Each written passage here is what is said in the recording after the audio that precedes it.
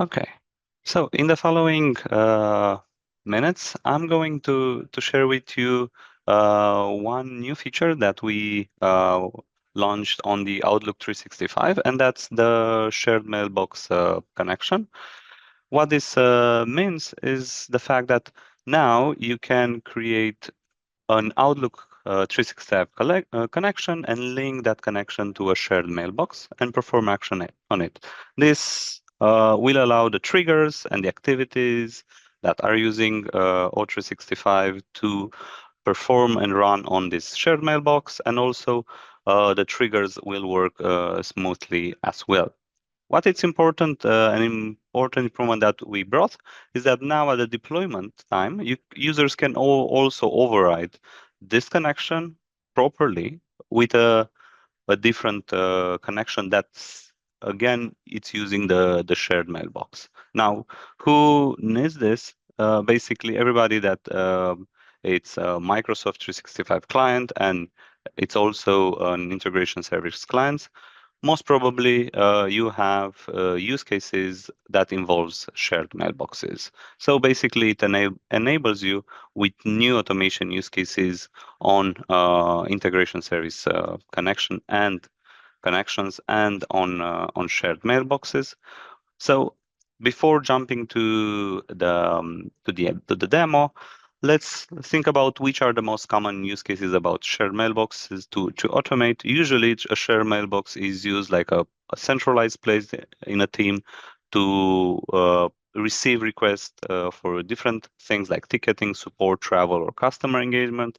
So instead of having a personal account, personal email where people are sending the request, you most probably have a shared place where people are sending those requests. Just think about the ones that you always know, like support at abccompany.com. Now, let's see it in action. And because now we are in the world of AI, we were thinking how we can make this even better. So we will see a use case around how we can have a travel assistant um, to help us to send requests to a shared place, and then that this travel assistant will answer to us. But before that, let's see how you can create this new type of connection. So I have here a get newest email activity, an activity that you all most probably know it. Until now, you had this toggle box, toggle to use the share mailbox here, and you were able to add the share mailbox here.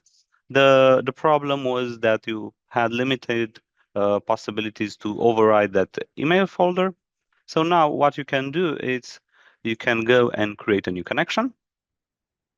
And in this new connection screen, you can specify the shared mailbox that you want to connect to.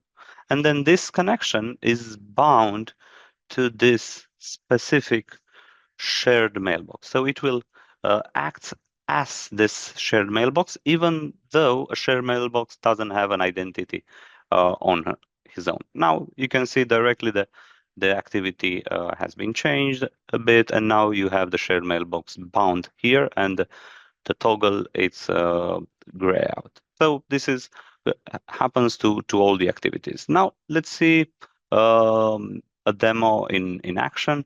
So we have here, as I've said, a travel policy assistant, where I'm going to receive very different requests in a mailbox.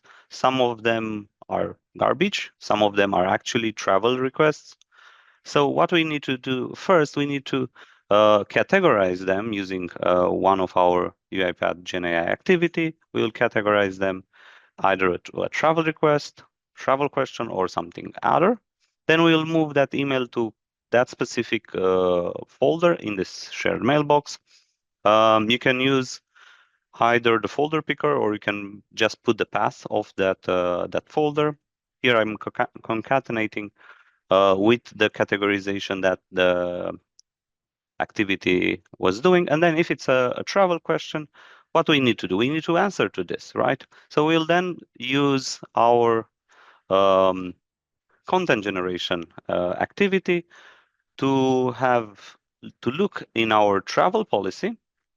So I'm taking the travel policy, and then the content generation is going to look into the travel policy, take the question, and see if he can answer, he can find a respond in our travel policy, and based on that, it will generate a response. Then what we need to do afterwards with that? We need to generate the email and then reply to that email back to the user. So let's see it in action.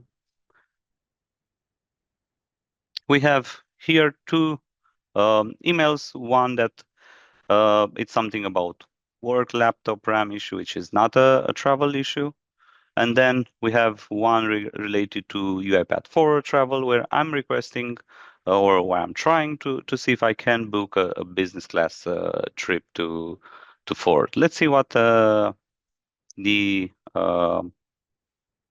automation is doing. So first of all, it found that the email received it's a work laptop RAM, which is not a travel policy, so it just moved it to the other. Now let's go and see the other one.